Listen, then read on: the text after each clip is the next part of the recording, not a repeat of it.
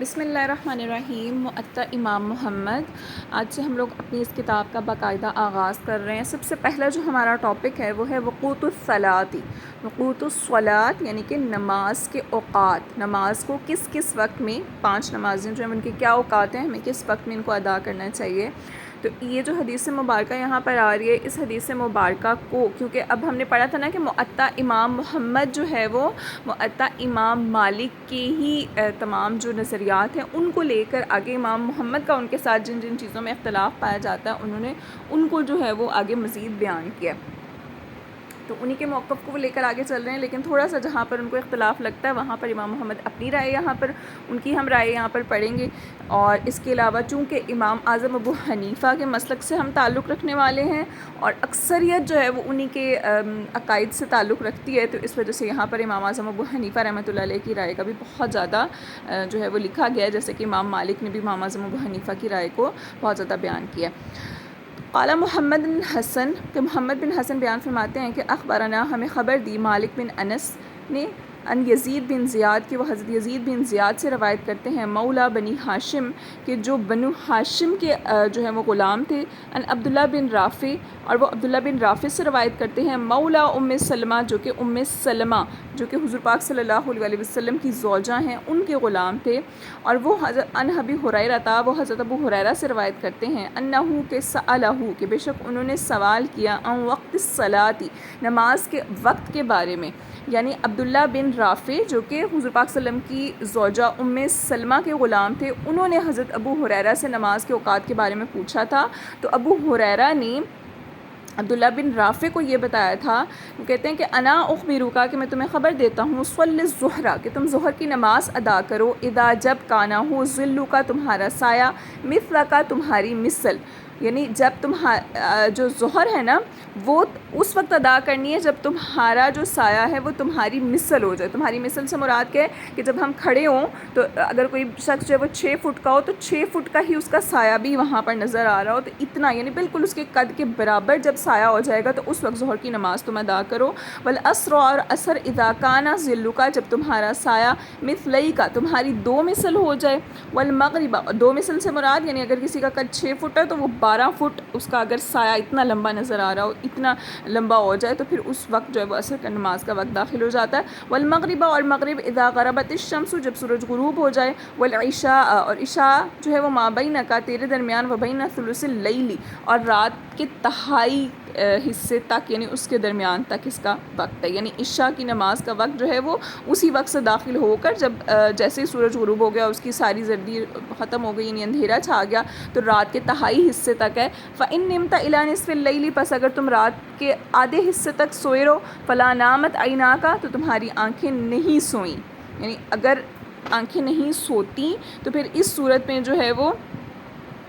تم اس کو جو ہے وہ آگے تاخیر سے بھی یعنی ادا جو ہے وہ کر سکتے ہو، اور اگر تمہاری آنکھیں سو جاتی ہیں تو اس صورت میں بھی خیر ہم لوگوں نے احادیث مبارکہ بہت زیادہ پڑھی ہیں کہ اگر کوئی شخص سو جائے تو پھر وہ اٹھ کر جو ہے وہ عشاء کی نماز ادا کر لے، کیونکہ عشاء کی نماز جو ہے نا وہ آخر وقت تک رہتی ہے، یعنی جب تک فجر کی نماز کا وقت داخل نہیں ہوتا۔ لیکن اس کے بیچ میں یہ جو تھوڑا سا الفاظ کا یہاں پر بیان کیا گیا نا، وہ اس وجہ سے کیونکہ اگر کوئی شخص سو جاتا ہے اور سو کے اٹھ کر چونکہ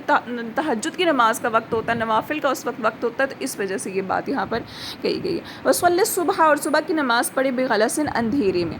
قال محمد، امام محمد بیان فرماتے ہیں کہ ھذا قول ابی حنیفہ، یہ امام ابو حنیفہ رحمۃ اللہ علیہ کا قول ہے، فی وقت العصر، عصر کے وقت کے بارے میں، وکانا، اور وہ ہیں، یر الاسفارا، وہ ان کی رائے ہے اسفارا روشن کرنے کی، بالفجر، فجر کو۔ واما، اور جبکہ فی قولنا، ہمارے قول میں، فإن نقول، پس بے شک ہم کہتے ہیں، اذا زاد الظل، کہ جب سایہ ہو جائے، علی المثل، اس شخص کی مثل پر، فسارا، پس وہ ہو جائے گا، مثل الشیء، اس شے کی مثل، وزیادتاً، اور زیادہ، من حین زالت الشمس، جب سورج زائل ہو گیا، فقط داخلہ، پس داخل ہو جائے گا، وقت العصر، عصر کا وقت۔ واما ابو حنیفہ، اور امام ابو حنیفہ رحمۃ اللہ علیہ، قال، وہ بیان فرماتے ہیں، لا يدخل، نہیں داخل ہوتا، وقت العصر، عصر کا وقت، حتی، یہاں تک کہ یصیر، ہو جائے، الظل، سایہ، مثلہ، اس کی یعنی 2 مثلہ، لئی کا لفظ یعنی یہ جو ہے نا وہ اس میں آ رہا ہے، جیسے ہم فریقین پڑھتے ہیں نا، یہ تثنیہ میں آ رہا ہے، مثلہ، اس کی 2 مثل ہو جائے۔ اچھا، اب یہاں پر اور اوپر بھی آپ دیکھیں تو لفظ استعمال ہوا ہے مثلہ کا اور مثلئی کا، ٹھیک ہے، مثلا کا ایک مثل اور مثلئی کا دو مثل اس سے مراد ہے۔ اب سب سے پہلے ہم لوگ جو فجر کی نماز کو دیکھ لیتے ہیں، تو فجر کی نماز جو ہے وہ امام اعظم ابو حنیفہ رحمۃ اللہ علیہ یہ کہتے ہیں کہ ویسے تو فجر کی نماز کا وقت جو ہے وہ داخل ہو جاتا ہے کہ جیسے ہی جو ہے وہ سورج کی جو ہوتی ہے نا تھوڑی سی سرخی اور سفیدی سی جو ہے وہ ایک دفعہ ظاہر ہوتی ہے، اور ظاہر ہو کر پھر اندھیرا تھوڑا سا ہو جاتا ہے، اور پھر اس کے بعد جو ہے وہ روشنی جب ہوتی ہے، تو یہ جو پہلے والی روشنی ہے نا یہ وہ مراد نہیں ہے، بلکہ اس وقت تو فجر کی نماز کا وقت شروع ہوگا۔ بلکہ امام اعظم ابو حنیفہ رحمۃ اللہ علیہ کے نزدیک وقت تو اس وقت شروع ہو گیا، لیکن مستحب وقت کیا ہے کہ بہتر یہ ہے کہ جب ہلکی ہلکی روشنی ہونا شروع ہو جائے تو تب جو ہے وہ فجر کی نماز کو ادا کیا جائے۔ جیسے کہ ابھی بھی آپ دیکھیں کہ اگر 3:30 بجے اذان ہو رہی ہے تو اس کو جو ہے وہ آپ 4 یا سوا 4 تک جا کے جو ہے اگر آپ ادا کریں گے تو یہ امام اعظم ابو حنیفہ رحمۃ اللہ علیہ کے نزدیک مستحب وقت ہے، کیونکہ اس وقت جو ہے وہ تھوڑی سی اگر آپ نوٹس کریں کہ اندھیرا بھی نہیں رہتا اور ہلکی سی روشنی جو ہے وہ شروع ہوتی ہے۔ تو روشن کر کے پڑھنے کا مطلب یہ ہے، روشن کر کے پڑھنے کا مطلب یہ نہیں ہے کہ بالکل آسمان جو ہے وہ صحیح روشنی والا ہو جائے اور تو تب جو ہے وہ ہم اس کو ادا کریں، بلکہ اس وقت جو ہے وہ اصل میں فجر کی نماز کا وقت ختم ہو جاتا ہے، کیونکہ اس وقت جو ہے وہ سورج نکلنا شروع ہو جاتا ہے۔ تو اس سے پہلے اس کو ادا کرنا ہے جب ابھی ہلکی ہلکی روشنی جو ہے وہ ہوگی، تو یہ امام اعظم ابو حنیفہ رحمۃ اللہ علیہ کے نزدیک مستحب اوقات میں سے۔ جبکہ امام محمد جو ہے وہ حضرت ابو ہریرہ کی اس روایت کو لیتے ہیں، اور وہ یہ کہتے ہیں کہ جیسے کہ ابو ہریرہ نے جو ہے وہ عبداللہ بن رافع کو یہ حکم دیا کہ تم اندھیرے میں پڑھو، تو اس لیے جتنی جلدی ہو سکے فجر کی نماز اندھیرے میں ہی ادا کر لینی چاہیے۔ دوسرا وقت آ جاتا ہے ظہر کا۔ اب ظہر کے ابتدائی وقت میں تو کسی کا بھی کوئی اختلاف نہیں پایا جاتا۔ امام اعظم ابو حنیفہ بھی اور امام محمد بھی اور امام مالک بھی اس چیز کے قائل ہیں کہ جیسے ہی سورج ڈھلے گا، ڈھلنا شروع ہوگا تھوڑا سا، تو اس وقت جو ہے وہ ظہر کی نماز کا وقت جو ہے وہ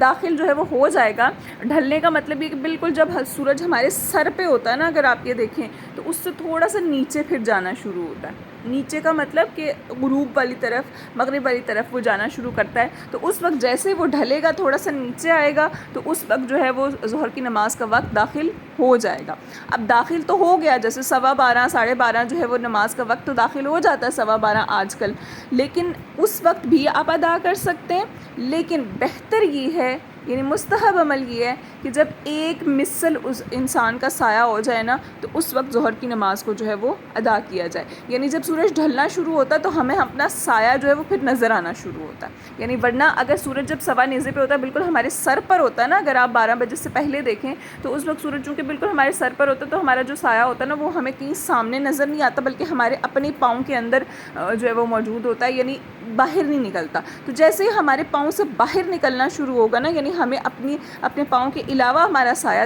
دیکھنا شروع ہم کریں گے، تو اس وقت جو ہے وہ ظہر کی نماز کا وقت داخل ہو جائے گا۔ لیکن مستحب عمل کیا ہے کہ جب جو ہے وہ ہمارا سایہ ہمارے قد کے برابر ہو جائے، جیسے میں نے بتایا کہ اگر کسی کا قد 6 فٹ ہے تو 6 فٹ اس کا سایہ ہو جائے گا، 5 فٹ ہے تو 5 فٹ اس کا سایہ جب ہو جائے گا، اتنا ہو جائے گا، اس کی بالکل قد کے برابر ہو جائے گا، تو اس وقت جو وہ ظہر کی نماز کا وقت داخل ہو جائے گا، اور یہ داخل تو ہو گیا تھا، مستحب وقت یہ ہو جائے گا، تو اس وقت جو ہے وہ اس کو ادا کرنا ہے۔ اس کے بارے میں کسی کا بھی کوئی اختلاف نہیں ہے۔ ہاں، لیکن اس کے آخری وقت میں جو ہے وہ ایک اختلاف پایا جاتا ہے، اور وہ آخری وقت میں کیوں پایا جاتا ہے کہ ظہر کا آخری وقت اور عصر کا پہلا وقت، اس کے بارے میں اختلاف ہے۔ امام محمد کے نزدیک جو ہے نا، جیسے ہی ایک مثل سے ہمارا سایہ بڑھنا شروع ہوگا، یعنی اگر کسی کا قد 5 فٹ ہے نا تو اس 5 فٹ سے ذرا سا بڑھ گیا، جیسے 6 فٹ ہو گیا، تو امام محمد یہ کہتے ہیں کہ عصر کی نماز کا وقت داخل ہو گیا، ظہر کی نماز کا وقت ختم ہو گیا۔ لیکن امام اعظم ابو حنیفہ رحمۃ اللہ علیہ یہ کہتے ہیں کہ نہیں، جو بڑھنا شروع ہوتا ہے نا، وہ جب تک بڑھتے بڑھتے اس کے 2 مثل نہیں ہو جاتا، یعنی اگر کسی کا قد 5 فٹ ہے تو اس کا سایہ جب تک 10 فٹ نہیں ہوگا تب تک عصر کا وقت بھی داخل نہیں ہوگا، بلکہ اس وقت ظہر کی نماز پڑھی جا سکے گی، وہ ظہر کا آخری وقت ہوگا۔ جبکہ امام محمد کے نزدیک چاہے 2 ابھی پورا نہیں ہوا، لیکن چونکہ ایک مثل سے تھوڑا سا اوپر ہو گیا ہے نا، تو وہ کہتے ہیں کہ جو ایک مثل تھا وہ تو اس چیز کے بالکل مثل ہو گیا کہ اس کا سایہ تھا، لیکن جو زیادتی ہے وہ اس بات کا تقاضا کر رہی ہے کہ اب عصر کی نماز کا وقت جو ہے وہ داخل ہو گیا۔ تو امام محمد اور امام اعظم ابو حنیفہ رحمۃ اللہ علیہ کے درمیان یہی فرق پایا جاتا ہے کہ امام محمد کہتے ہیں کہ جیسے ہی ایک سے زیادہ ہو جائے گا، دو کی عدد تک ابھی پہنچا نہیں ہے، ایک سے زیادہ ہو گیا ہے، یعنی یوں سمجھ لیں، جیسے میں اس کو یوں کہتی ہوں کہ جیسے ایک کے بعد ہم لوگ جب دیکھتے ہیں تو پوائنٹس آ جاتے ہیں نا،